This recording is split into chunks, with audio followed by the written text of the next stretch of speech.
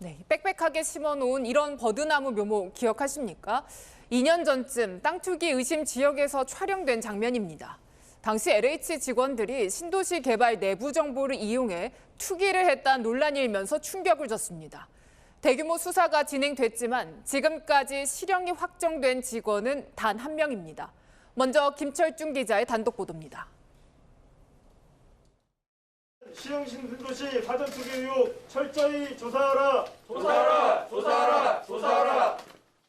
지난 2021년 3월 참여연대의 의혹 제기로 촉발된 LH 직원들의 부동산 투기 사건. 당시 경찰이 수사 대상에 올린 현직 LH 직원이 모두 48명이었는데 채널A 취재 결과 이 가운데 내부 정보 이용 혐의로 실형이 확정된 직원은 지금까지 한 명이었습니다. 4명은 벌금형을 받았고 나머지는 무혐의로 종결됐거나 여전히 재판이나 조사가 진행 중입니다.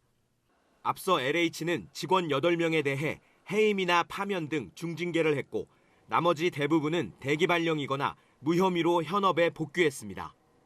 신도시 개발 정보를 이용해 땅 투기를 한 혐의로 구속된 직원 강모 씨. 당시 강 사장으로 불렸던 그는 지난해 9월 1심에서 부패방지법 무죄가 선고됐습니다. 재판부는 내부 정보를 이용했다는 의심이 들긴 하다면서도 구체적인 증거가 부족하다고 밝혔습니다.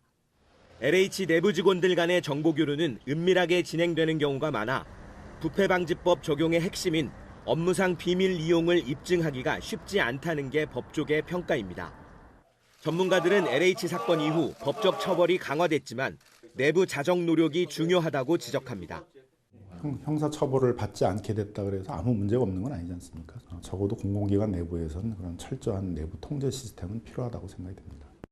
LH는 부조리가 발생하지 않도록 전 직원 재산 등록 처벌 규정을 강화했다고 밝혔습니다. 채널A 뉴스 김철중입니다.